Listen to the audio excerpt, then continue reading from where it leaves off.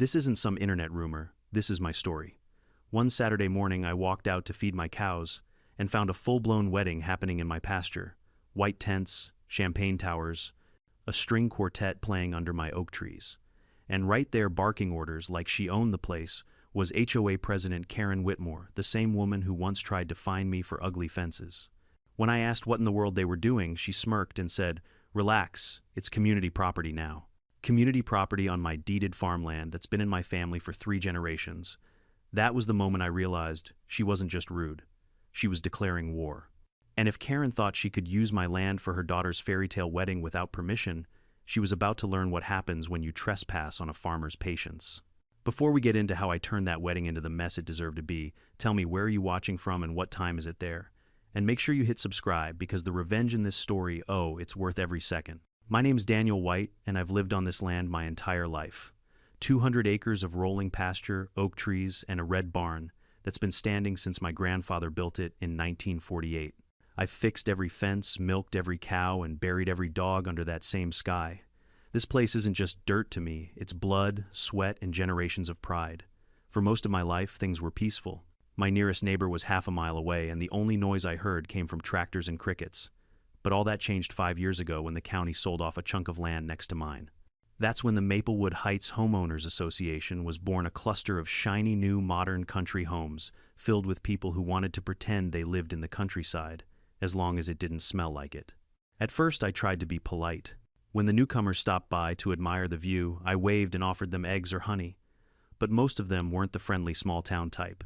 They were city folks playing dress-up, buying the illusion of farm life without wanting to deal with actual farmers.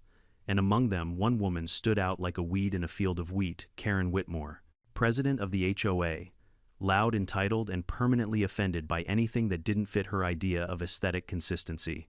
From the first day we met, she rubbed me the wrong way.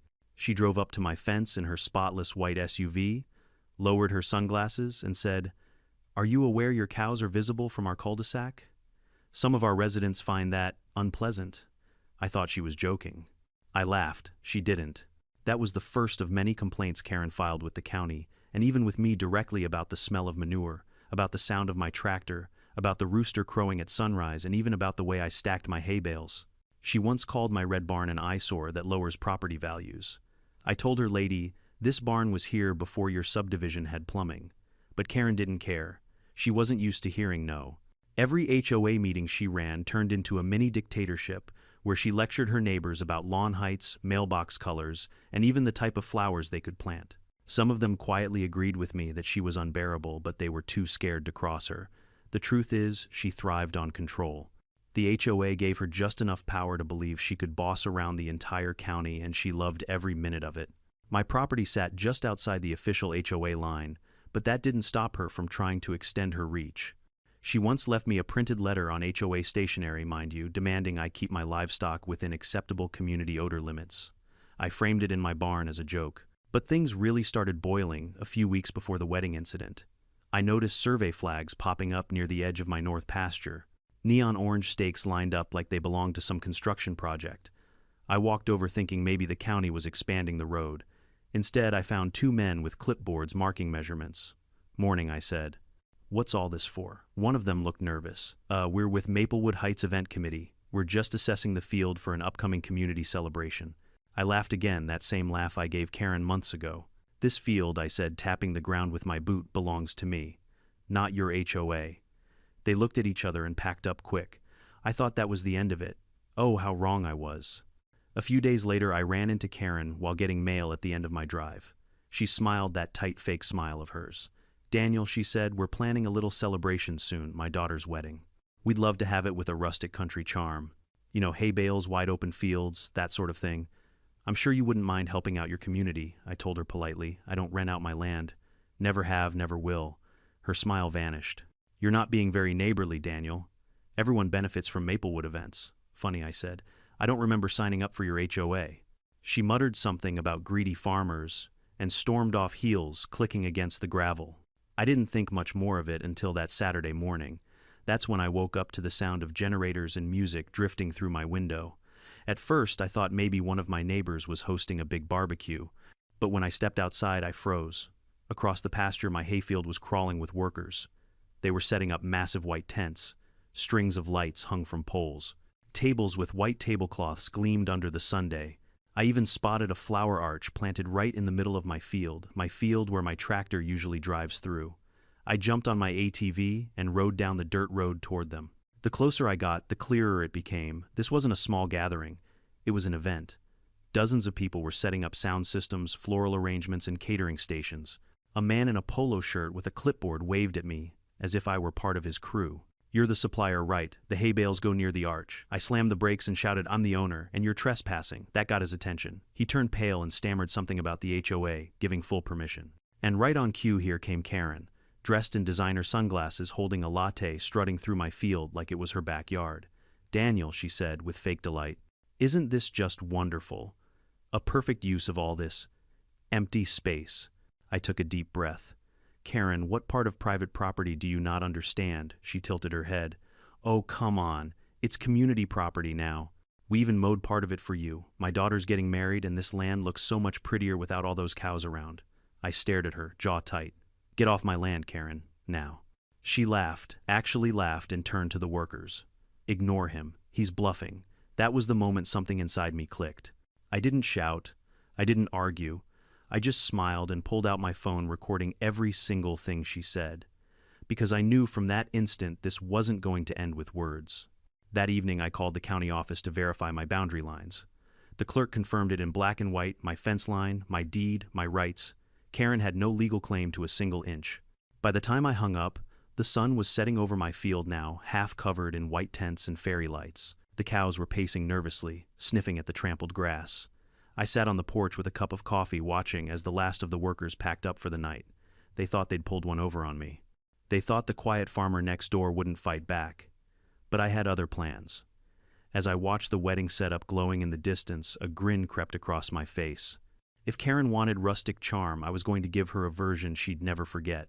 And come morning, that field wouldn't smell like roses and champagne anymore. It would smell exactly like what she'd been pretending didn't exist in the countryside all along.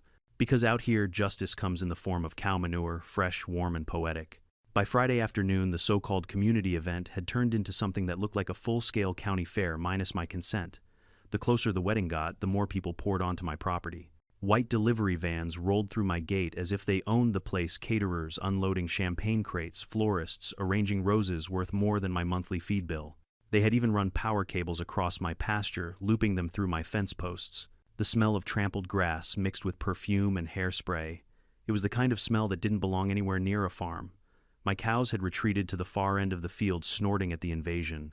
I could almost hear them thinking, "What are these shiny humans doing on our turf?" I parked my pickup near the barn and walked straight toward the mess.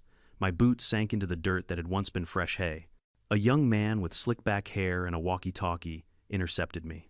"Sir, please step back," he said politely but firmly. "We're on a tight schedule." "Yeah," I said, crossing my arms. "Whose schedule?" "Because I don't remember renting out my farm." He blinked, confused. "You're not with the HOA?" "Nope," I said. "I own the land you're standing on, and you're trespassing." He hesitated. "Mrs. Whitmore told us this area was community approved. We have a permit." "Show me," I interrupted. He flipped through his clipboard and pulled out a paper that looked about as official as a grocery list. "Event Authorization, Maplewood Heights HOA, signed by," he squinted, "President Karen Whitmore." I almost laughed.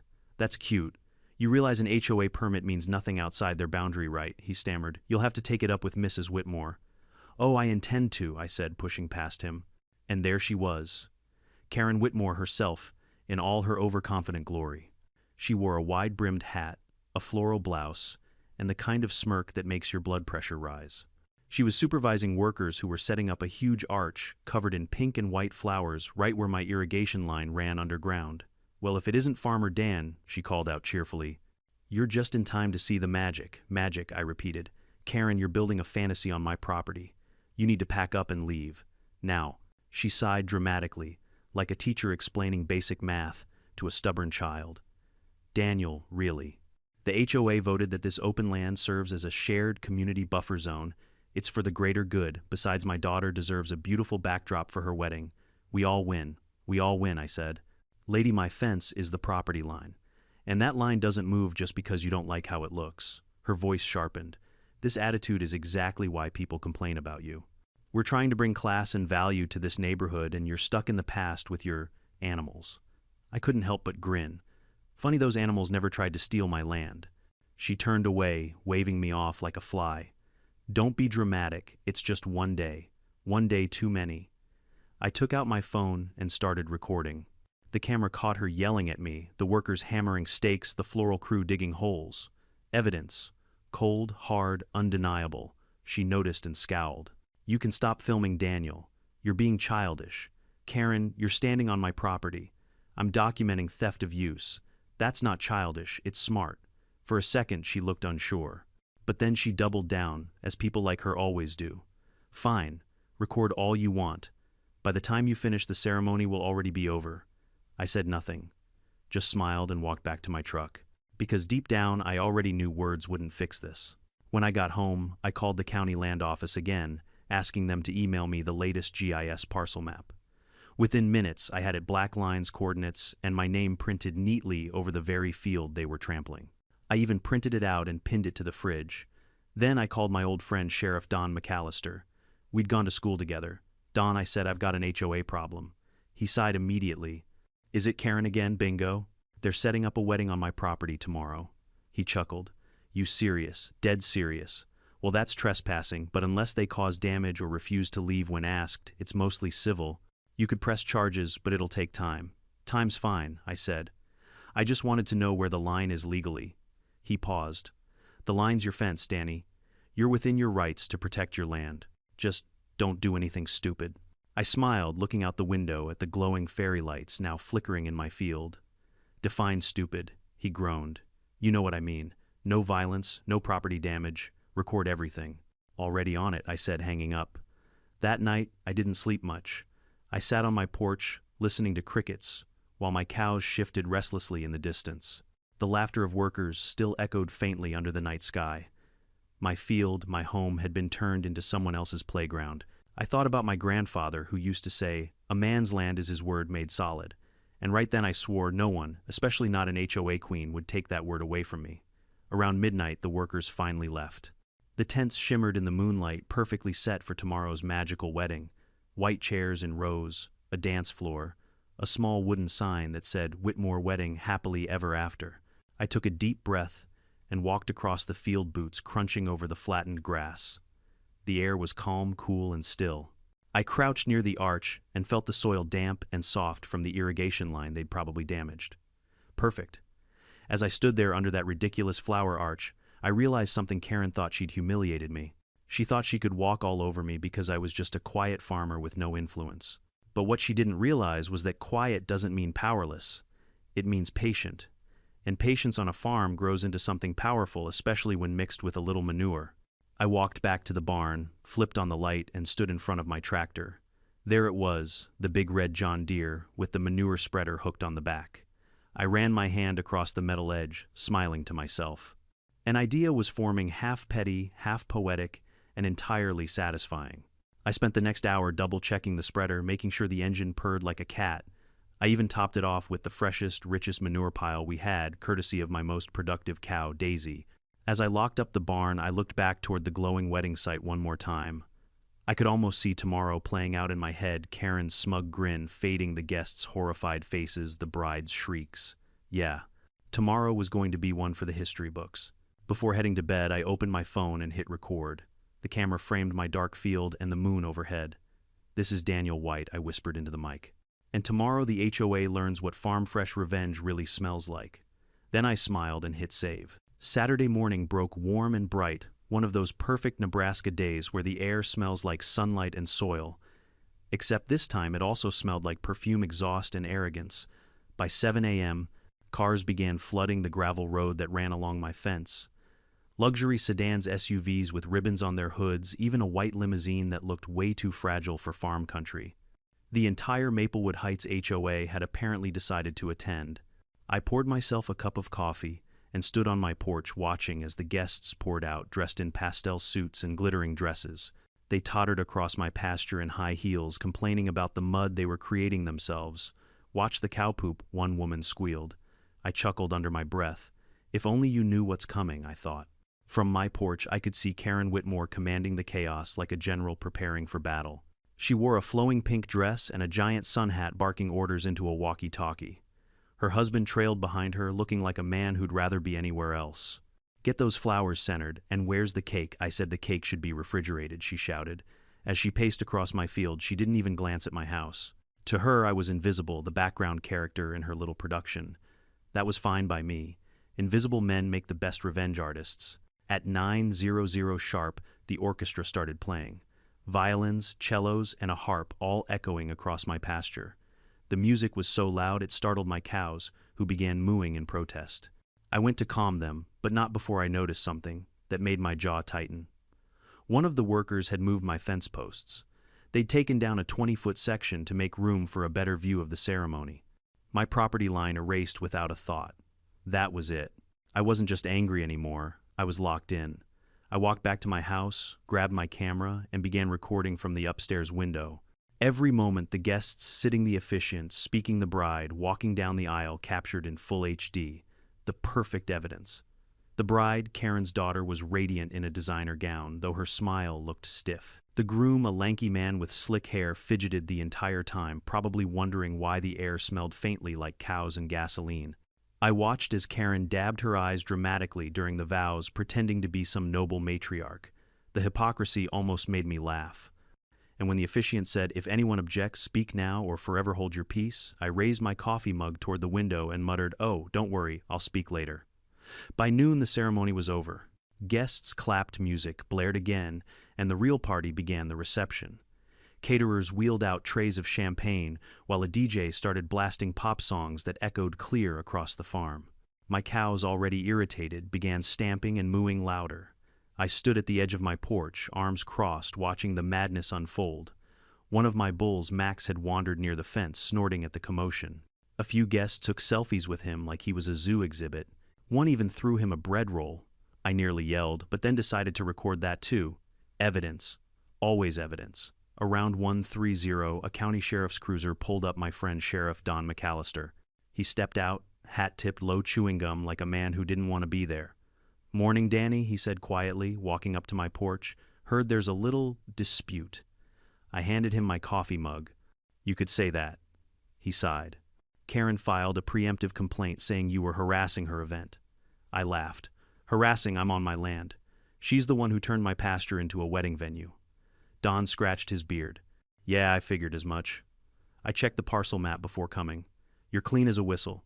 So you gonna shut it down?" He looked toward the field, squinting at the 100 or so guests, laughing and drinking. "It's a civil issue, Danny. I can tell them to leave, but you know how it'll go. She'll drag you into court, claiming damages, emotional distress, whatever." I smirked. "Let her. I've got enough footage to make a documentary," Don chuckled.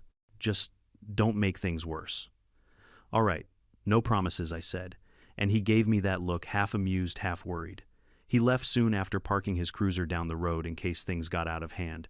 By 3:00 p.m., the party was in full swing. Music thumped. Kids ran around my pasture. A portable bar served cocktails right next to my tractor shed. I even saw someone leaning on my fence, sipping champagne and flicking the cork into my field. That cork hit one of my cows. The cow kicked up dirt. I swear I saw divine justice warming up. Then came the final straw. Karen climbed up on the small stage they'd built and grabbed a microphone. "Before we toast to love," she said, "I want to thank everyone for coming and for celebrating this beautiful union here at Maplewood Heights' most picturesque location. I'm so proud we turned this old farmland into something truly special." The guests clapped, cameras flashed. I nearly dropped my mug. Old farmland? No, it was my farmland, still is. That moment, her words sealed her fate. By sunset, the wedding wound down, but the reception setup remained for the next day's brunch celebration. That meant they planned to come back same time, same place. Perfect. That night, I sat in my barn under the buzzing yellow light, surrounded by my tools, the smell of hay, and the rhythmic breathing of my cows. My dog Ranger lay at my feet, tail thumping lazily. "Tomorrow's gonna be busy, boy," I told him. "We're gonna clean this place up our way." He barked once, as if he understood. I walked to the back of the barn, where my manure spreader sat, waiting, a wide steel beast attached to my John Deere tractor. I checked the tires, the hydraulic lever, and the feed belt. All in working order. Then I filled it. Every last shovel of the freshest, most aromatic manure I could find, thick, rich, and wonderfully potent after last night's feed. The smell nearly made my eyes water, but I smiled through it. This wasn't just manure anymore. It was justice. By midnight, I had everything ready. I even parked the tractor facing the wedding site, its silhouette looming under the moonlight like a quiet promise. Before heading to bed, I stepped outside one last time. The field was silent, the tents glowing faintly in the dark. My land, my rules. As I walked back to the house, I whispered to myself, "Tomorrow, Karen, you'll finally smell what you've been ignoring." The next morning would be unforgettable, not for the vows, not for the flowers, but for the scent of justice that was about to roll across the Maplewood Heights horizon. The next morning, the sun hadn't even burned through the fog when I rolled out of bed. The air was cool, crisp, the kind that smells like dew and earth. Perfect conditions for spreading justice. I pulled on my old work jeans and the faded flannel shirt that had seen more farm seasons than Karen had manicures. I poured a cup of black coffee and stepped onto the porch. From there, I could already see the white tents in my field glimmering in the dawn light. The wedding reception tables were still set up untouched from the night before. The flowers wilted slightly, the champagne glasses glinted. It was like a silent battlefield waiting for a reckoning. "Time to get to work," I muttered. Ranger, my loyal shepherd mix, trotted beside me as I walked toward the barn. He wagged his tail like he knew exactly what was coming. Maybe he did. Inside, the smell of hay mixed with diesel and manure, the scent of honest living.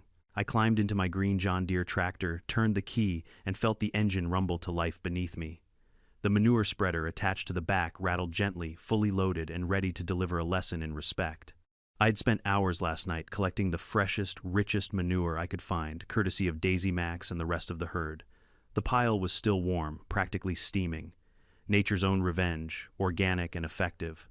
I rolled slowly down the dirt path toward the wedding site. The sound of the tractor broke the morning stillness. Birds scattered. A few cows lifted their heads from the grass as if to watch the show. When I reached the edge of the venue, I stopped and took in the scene.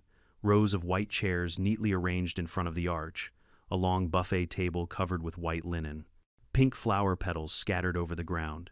Expensive rental speakers sitting on metal stands. I almost felt bad. Almost. Then I remembered Karen's smirk, that dismissive wave of her hand when I told her to get off my land. That was all the fuel I needed. "All right," I said, gripping the lever. "Let's make it pretty." I eased the clutch forward. The tractor crept into the field, its tires crunching over the soft soil. I flipped the hydraulic lever, and the spreader roared to life. The manure began to fly. Thick, wet, glorious arcs of brown justice sprayed across the field. Over the chairs, across the arch. Onto the tables. Onto the dance floor that had cost them thousands to rent. The smell hit immediately, heavy, pungent, powerful. I drove slow, methodical circles, coating everything evenly. The sunlight glinted off the wet surface like morning dew. Ranger barked happily from the fence line, tail wagging. When the spreader finally emptied, I shut off the engine and surveyed my masterpiece. The once pristine wedding venue now looked like something out of a disaster movie. Brown streaks everywhere, thick puddles under the arched chairs, half-buried tablecloths sagging. It was disgusting. It was poetic. It was perfect.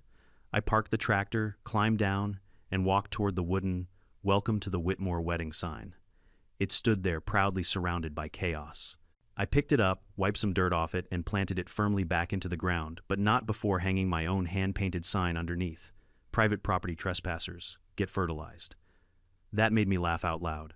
I took a few photos from every angle, wide shots, close-ups, panoramic, for insurance purposes, of course. My lawyer would love these. By the time I finished, the sun was rising higher, and I could hear faint voices in the distance. People were coming. I walked back toward my porch, poured myself another cup of coffee, and sat down to watch. Ranger sat beside me, tail thumping the porch boards. At around 8 o'clock, the first car rolled up a catering van. Two men stepped out, chatting casually until the smell hit them. They both froze mid-sentence. One gagged so hard he nearly dropped his clipboard. What the one said covering his nose. They walked a few feet into the field and immediately turned around. "Nope, nope, not doing this." They jumped back into the van and peeled out so fast they kicked up a cloud of dust behind them. I nearly spit out my coffee laughing. Next came the florist's truck. Same reaction. A few shrieks, some gagging, a whole lot of cursing, and gone. Then came the main event, the wedding party. A convoy of cars rolled up the gravel drive, the Whitmores, the bride and groom, and a handful of guests who must have stayed overnight. They were all dressed up again for the Sunday brunch celebration. Karen was the first out of her car. She wore a wide white sun hat, a coral blazer, and that same smug look that made my blood pressure spike. But this time the expression didn't last. The second she caught a whiff of the air, her face twisted into absolute horror. "Oh, my God," she screamed, clutching her nose. The bride stepped out next, lifting her dress to avoid the mud, only to find it wasn't mud. She froze, let out a high-pitched shriek, and staggered back. The groom swore loudly. I leaned back in my chair, took a long sip of coffee, and watched the chaos unfold like a movie. Karen stormed toward the field heels, sinking into the muck. "What is this? Who did this?" she shouted. I raised my hand casually from the porch. "Morning, Karen," she spun toward me. You animal. "You ruined everything," I shrugged. "On the contrary, everything looks very natural." "Do you have any idea how much this cost?" she shrieked. I smirked. "I'd say about one lawsuit less than you were expecting." Her face went red, her voice rising into a screech. "I'll have you arrested. This is destruction of property." "Funny," I said, standing up and walking toward the fence. "Because according to the sheriff, this is my property. You're the trespasser, remember." She froze. The guests stared, whispering behind her. I held up my phone and played back the video from yesterday, the footage of her declaring that my field was community property now. Her own words, clear as day. "See," I said, smiling. "You gave yourself permission." Her jaw dropped. You planned this." "Sure did. I figured if you were going to use my land for free, I might as well decorate it my way." The crowd started murmuring, a few people, even snickering. The bride was crying, the groom cursing under his breath, and Karen looked like she was about to explode. "Sheriff," she yelled. "Get the sheriff here now." As if on cue, a familiar cruiser rolled up. Don stepped out slowly, surveying the scene with one hand on his belt. The second he saw the mess, his eyes widened, then he stifled a laugh. "Morning, folks," he said calmly. "Everything all right here." Karen pointed at me, trembling with fury. "He destroyed our wedding." "Arrest him immediately." Don raised an eyebrow. "For fertilizing his own field. This isn't funny," she snapped. "He spread that all over our decorations." Don sniffed the air and made a face. "Yeah, well, maybe next time you'll ask before setting up a party on private land." Karen sputtered, speechless. Don looked over at me. "Danny, you got video of them trespassing?" "Sure do," I said, handing him my phone. He scrolled for about 30 seconds, nodded, and handed it back. "Yep, looks like you're clean. Ma'am, I suggest you and your guests pack up before I start writing citations." Karen stood frozen, shaking. Then, defeated, she turned and stomped back toward her car, but not before stepping squarely into a fresh patch of manure. The sound it made was beautiful. She screamed again, the kind of scream that could peel paint. I turned to Don. "Coffee," he laughed. "Make it strong." As the guests fled, the once perfect wedding field was left in ruin, brown, stinking, and silent, except for the sound of flies and distant laughter. By the time I poured Don his coffee, I couldn't help but grin. "Justice," I said, "sure, has a funny smell to it." By noon that day, my once quiet country road looked like the exit lane of a failed carnival. A line of expensive cars crawled away from the farm, every window rolled down guests, fanning themselves and gagging. The smell of victory and cow manure clung to everything like justice wearing perfume. I stood at the fence, coffee in hand, watching the chaos unfold. The air shimmered in the heat, amplifying the stench. The pink wedding arch sagged under the weight of brown splatter. Flies buzzed like an orchestra. Somewhere out in the field, a champagne bottle lay half buried in mud, a fitting tombstone for Karen's perfect day. Karen herself was losing it. Her coral jacket was ruined, her hair frizzed out from the humidity, and one of her heels had snapped clean off in the muck. She screamed into her phone, pacing in angry little circles near her SUV. "Get me the county office. No, the sheriff. The news. Someone has to stop this lunatic." I couldn't help myself. I leaned over the fence and called out, "Having trouble with the smell, Karen. You might want to file a complaint with the HOA." She froze, mid-rant, turned slowly, and glared daggers at me. "You're going to pay for this, Daniel White." "You think this is funny." "Not funny," I said, pretending to think. "Educational." Her daughter, the bride, was sitting in the limo, crying into her veil. The groom stood beside her, red-faced, gesturing wildly as he argued with the photographer who looked ready to quit. Every few minutes the wind would shift, sending another wave of odor rolling over them. It was beautiful. Then, as if things couldn't get worse for them, the catering truck returned, escorted by the sheriff's cruiser. Don stepped out, hands in his pockets, chewing gum with that same patient look he always wore when city folks learned hard lessons. Morning again, folks, he said. Got a few complaints about, well, this whole situation. Karen stomped toward him. Sheriff, this man has destroyed private property. He sabotaged a wedding. He spread manure all over our things. Don raised an eyebrow. Ma'am, we went over this. The property is his. You don't have a rental agreement lease or any kind of written permission from him. Legally speaking, your event was trespassing. This is outrageous, she barked. We're residents. This is a community zone, he chuckled softly. A community zone that stops 50 feet from that fence, according to county records. I checked myself. Karen's mouth opened and closed, but no words came out. Her husband muttered something about just getting in the car, but she spun on him. Don't you dare tell me to calm down. I was loving every minute of it. The sheriff turned to me. Danny, I'm guessing you've got video evidence again. I nodded and handed him my phone. He watched the clips, the footage of Karen claiming it was community land, the trespassing, the setup, then handed it back with a grin. Well, he said, guess this case is closed. Karen gasped. You're just gonna let him get away with this? Don looked at her calmly. Ma'am, the only law he broke was creating an unforgettable memory. I almost spit out my coffee laughing. The guests began piling back into their cars, slamming doors, muttering under their breath. The DJ abandoned his speakers, muttering something about never doing country gigs again. The florist refused to touch her flowers, claiming she'd rather burn them than clean them. Within an hour, the entire party had cleared out except for Karen. She stood in the middle of the wreckage, arms crossed, seething. This isn't over, she hissed at me. Oh, I'm counting on that, I replied. Because when it is, I plan to sell t-shirts. She made a strangled sound somewhere between a growl and a gasp, then stomped back to her car, leaving a trail of muddy footprints on the gravel. The door slammed, the tires spun, and she was gone. I looked over at Sheriff Don. You want to stay for lunch? I've got fresh eggs and the sweet taste of victory. He laughed. Nah, I'd better go file this before she calls the governor. Fair enough, I said, shaking his hand. Thanks for letting me fertilize in peace. When he left, I finally let the laughter out loud, long cathartic. My dog Ranger wagged his tail beside me, proud as if he'd helped. Good boy, I said, patting his head. That'll teach them to trespass. By late afternoon, the sun was high, and the smell had mellowed slightly, though I doubted anyone from Maplewood Heights would ever forget it. I spent a couple hours cleaning up around the edges of my barn and setting the fence back in place. Every once in a while, I'd glance over at the field and grin. The wedding site was a total loss. Tables toppled, flowers gone, white chairs stained forever. You couldn't scrub that much karma off with 100 gallons of bleach. And just as I was finishing up, I noticed something, a drone buzzing above the field. At first, I thought it belonged to Karen, maybe trying to film evidence. But then my phone pinged a message from a buddy in town. Bro, are you trending? There's a video of a farmer covering an HOA wedding in Manure. 20K views already. I blinked, then opened the link. Sure enough, someone had recorded the whole thing from the road, my tractor rolling through the field like a tank of vengeance manure flying in cinematic slow motion. The caption read, HOA wedding gone wrong, farmer teaches entitled neighbors a lesson. I couldn't stop laughing. By the time I refreshed, the view count had doubled. By evening, I had phone calls from reporters, friends, even a local radio host who wanted an interview. The clip was spreading faster than Karen's gossip ever could. Meanwhile, the HOA was imploding. According to another message from a neighbor, Jim, a good guy who secretly hated Karen's rule, the board was furious. She never told anyone she was using your land, he texted. Half the board wants her gone. HOA meeting tonight is going nuclear. I poured myself another cup of coffee, stepped out onto the porch, and looked toward Maplewood Heights. Their streetlights glowed faintly in the distance, and for the first time they looked smaller than my farm, not bigger. I smiled.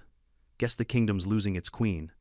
Sure enough, later that night I heard shouting echoing from the direction of the subdivision, muffled voices slamming doors.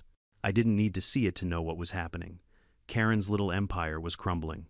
And as poetic as that was, the best part was yet to come. 2 days later, I got an official letter in the mail, Maplewood Heights HOA disciplinary notice. At first I laughed, thinking it was one of Karen's final jabs. But when I opened it, I realized it wasn't addressed to me, it was addressed about her. The HOA board had voted to remove her as president effective immediately due to misuse of community resources and public embarrassment. It even included a fine for unauthorized use of property and damage to community reputation. I pinned it right next to her old complaint letter in my barn, the one about unacceptable livestock odor. Seemed fitting. By the end of the week, the viral video had over 1 million views. People from all over the country were commenting things like, "That farmer is a hero. Justice smells sweet. This is what happens when you mess with the wrong guy's land." A local news station even called it the most satisfying HOA revenge story of the year.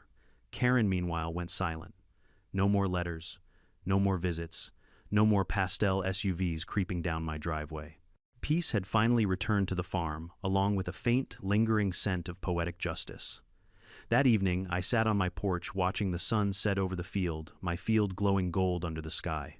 Ranger lay beside me, tail flicking lazily. I raised my coffee mug in the air and said, "To boundaries, boy, and to people who learn them the hard way," he barked once approvingly. For the next few days, the phone at my house didn't stop ringing. Some calls were from reporters, others from neighbors, and a few from random strangers across the country who'd somehow found my number through the local paper. Apparently, when a story involves Manure, an HOA president, and poetic justice, it travels faster than wildfire in July. One voicemail started with laughter and ended with, "Sir, you're my hero. My HOA once fined me for leaving a garden hose visible. Thank you for doing what we all dream of." Another message came from a man in Texas. "Buddy, you just gave every farmer in America a playbook for dealing with Karens." I didn't ask for fame, but I couldn't deny it was satisfying. Meanwhile, the Maplewood Heights HOA was having a full-blown meltdown. Rumors spread through town faster than Karen's perfume on a windy day. At first, they tried to control the narrative, sending out a community newsletter titled "Unfortunate Misunderstanding on Adjacent Property." It claimed the event location was incorrectly mapped due to GPS discrepancies. Nice try. The very next day, my video, the one where Karen declared my land community property now, was featured on local TV. The anchor smiled so hard she nearly cracked her makeup. "Well, folks," she said, "if you ever wondered what happens when you mess with a farmer's land, here's your answer. The HOA board couldn't recover from that kind of exposure." At the emergency meeting held 2 nights later, they publicly voted to remove Karen as president. My neighbor Jim, who secretly hated her guts, sent me a text right after the meeting. It was glorious. "She tried to play victim, but the board showed your video on the projector. The whole room smelled imaginary manure." According to him, the crowd gasped when they heard Karen say, "Relax, it's community property now." Some members laughed, others shook their heads. The treasurer resigned on the spot, muttering, "I didn't sign up for this circus." By the end of the night, Karen's gavel had been stripped from her both figuratively and literally. She stormed out humiliated, swearing that she'd take this to court. And true to her word, a week later, I got a thick envelope delivered by certified mail. Whitmore v. White Notice of Civil Action. I'll admit for a split second my heart skipped a beat. But then I opened it, read the accusations, and burst out laughing. The lawsuit claimed I had caused emotional distress, defamation, and environmental damage to community property. She even included an invoice for the cost of the wedding, $47,000. I called my attorney, a sharp old guy named Franklin Pierce, who'd been my legal pit bull for years. I told him the story. There was a pause on the line. Then he said, deadpan, "She wants to sue you for spreading manure on your own land." "Exactly, Danny, that's not a lawsuit, that's a comedy show. Send me the paperwork." 2 days later, Franklin called back laughing so hard I could barely understand him. Her lawyer withdrew Danny. Apparently Karen neglected to mention that there's a dozen videos of her trespassing and bragging about it. "You're fine. Hell, you should countersue for defamation." That idea stuck in my head for a minute, but honestly, I didn't need more drama. Karen had already buried herself deeper than any lawsuit could. Instead, I decided to do something better. I posted my own statement online. To everyone asking about the incident, no, I didn't plan to become a viral sensation. I just believe in respecting property and boundaries. You don't get to take what isn't yours, no matter how fancy your dress is. And yes, the cows are fine. Within an hour, it had thousands of likes and shares. People called it the most satisfying statement ever written by a farmer. One comment said, "You handled that with more class than most politicians." Another wrote, "You should run for HOA president just to disband the HOA." I laughed, but the truth is something had changed. People started treating me differently in town. The cashier at the hardware store winked when I came in. The post office clerk called me the legend. Even the sheriff started introducing me at the diner as the man who won the war without firing a shot. Meanwhile, over at Maplewood Heights, Karen's empire crumbled piece by piece. The new HOA board president, a soft-spoken retired teacher named Mr. Hollis, came to visit me personally a few weeks later. He showed up at my gate holding a pie his wife had baked. "Mr. White," he said nervously, "I just wanted to apologize on behalf of the HOA. What happened was, well, outrageous." I nodded. "That's one word for it." He cleared his throat. We've implemented new bylaws to ensure nothing like that ever happens again. And we'd like to offer to pay for any cleanup or damages." I chuckled. "You don't owe me a thing, Mr. Hollis. Consider it fertilizer. The field's greener than ever."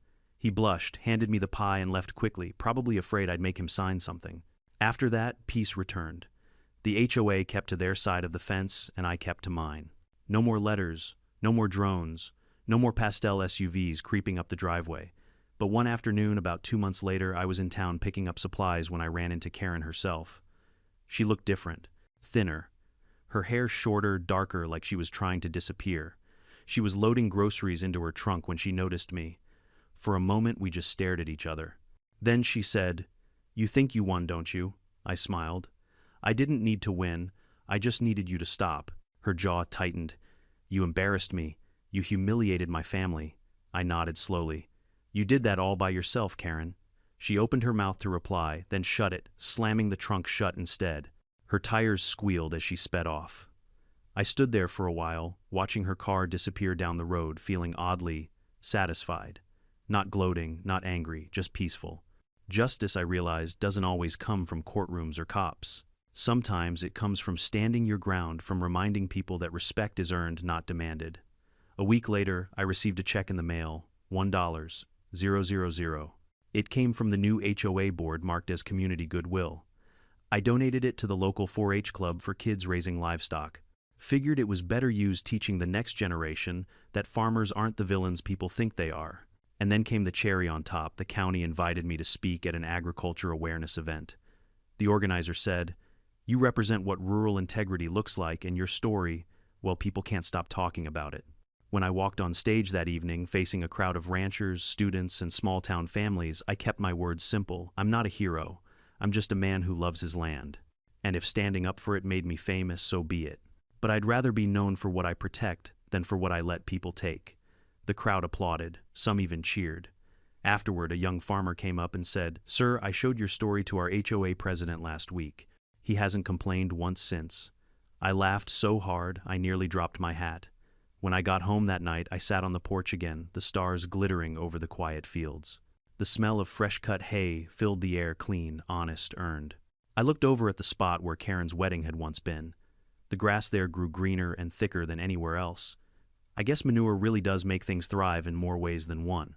It's been 6 months since the wedding incident, and life on the farm has gone back to the kind of quiet that feels like peace, not silence. Every morning the sun crawls over the fields, the roosters crow on time, and the cows lumber toward the feeding trough like they always have. The only sound louder than the crickets at night is my old windmill creaking in the breeze.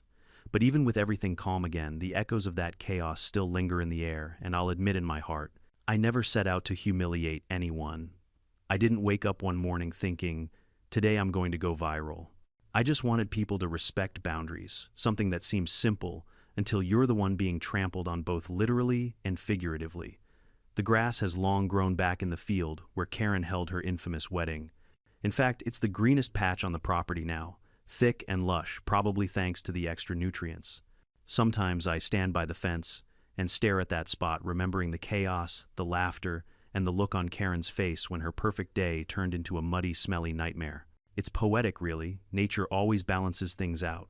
A few weeks after the whole ordeal died down, I started getting letters. Not from lawyers this time, but from strangers all over the country. Farmers, homeowners, even city dwellers living under the thumb of their own tyrannical HOAs. They told me their stories about unfair fines, power-hungry neighbors, and absurd rules that made their lives miserable. One man from Florida wrote, "Our HOA fined me $500 for having an American flag on my porch. I fought back using your story as inspiration. Thank you for reminding us that we're not powerless." Another from California said, "They tried to ban my garden. I sent your video to the board with the subject line, 'Remember the Farmer.' They backed off." I pinned those letters to the corkboard in my kitchen. It became a little wall of gratitude, proof that sometimes one act of defiance can ripple further than you ever imagine.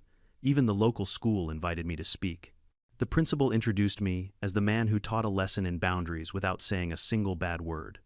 I stood in front of a room full of teenagers and told them the truth. Out here, land is more than dirt, it's memory. It's the story of every callus, every early morning, every storm survived. You can share a lot of things in life, but your respect for what's yours and for what's someone else's, shouldn't be one of them. They listened wide-eyed. A few even clapped. One kid raised his hand and asked, "So, Mr. White, are you and the HOA lady friends now?" I smiled. Let's just say, we understand each other from a safe distance. The truth is, I haven't seen much of Karen since that day in the grocery store parking lot. Word around town is that she sold her house and moved in with her sister upstate. Her property went on the market quietly, no HOA President's Dream Home signs this time. When the for sale notice went up, a few neighbors stopped by to watch, pretending not to smile. I didn't celebrate, but I won't lie, the air smelled cleaner that day. After she left, something changed in Maplewood Heights. The new HOA board actually started doing good things. They built a community garden, sponsored local cleanups, even hosted a farmer's market. Mr. Hollis, the new president, came by again one evening just to say thank you. "Your story reminded us that leadership means listening," he told me, "and that we're guests in this land, not its owners." That one stuck with me. Guests in the land, that's exactly what we all are. Even me. It's funny though. For all the noise, the fame, the phone calls, the interviews, the best part of this whole ordeal wasn't the revenge or the headlines. It was the reminder of who I am and where I come from. I'm not just a farmer. I'm a custodian of something that existed before me and will outlast me. And sometimes protecting that means standing up when everyone else thinks you should stay quiet. I remember the night the local TV station aired a follow-up piece called "When the HOA Met Its Match." They showed clips of my tractor rolling through the field, Karen yelling and the sheriff chuckling beside his cruiser. Then they cut to me on my porch, coffee in hand, saying, "All I did was defend what's mine.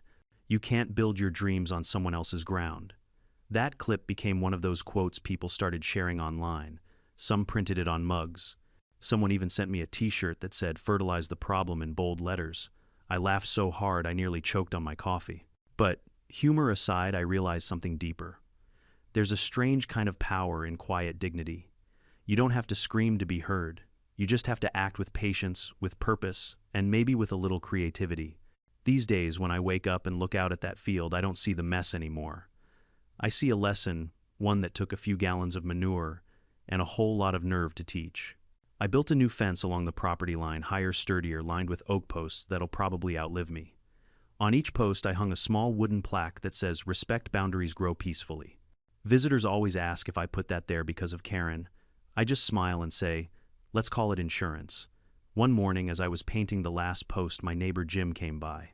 He leaned on the fence and said, "You know, Danny, if you ever wrote a book about this, I'd buy 10 copies. I laughed. "What would I even call it?" He grinned. "Maybe The Day Karma Wore Boots." We both cracked up so hard, I nearly dropped my paintbrush. That night, after the chores were done and the sun dipped below the tree line, I sat on my porch again. Same chair, same coffee mug, same peace. Ranger lay at my feet, snoring softly. The stars blinked awake one by one. In that stillness, I realized how much lighter everything felt. Not because Karen was gone, but because I'd finally closed that chapter. I'd learned something important, not about land, but about people, about pride, about patience. Some folks think power comes from control. But the truth is, real power comes from knowing when to stand your ground and when to let go. So to anyone watching or listening, whether you've got a patch of dirt, a condo, balcony, or just a small space you call your own, here's what I've learned. Protect what's yours, but don't lose yourself in the fight. Stand firm, but stay kind. And if someone tries to walk all over you, well, just remember, grass grows greener wherever you plant your boundaries deep. And sometimes justice doesn't wear a badge or carry a gavel. Sometimes it rides a tractor at sunrise. At the end of it all, this wasn't just a story about revenge, it was a lesson in respect. We live in a world where people think entitlement can replace empathy, where loud voices drown out quiet integrity, but boundaries both on land and in life exist for a reason. When someone crosses them, you have two choices: fight with anger or fight with purpose. I chose the latter. And maybe that's why this story hit home for so many. Because deep down, we all crave fairness. We all want to believe that arrogance gets what it deserves, and that patience eventually wins. So if you've ever been wronged, don't just explode, outthink, outlast, and outgrow. Now tell me, have you ever had to stand up to a Karen in your life? Share your story in the comments below, and don't forget to hit subscribe for more tales where justice smells just a little bit earthy.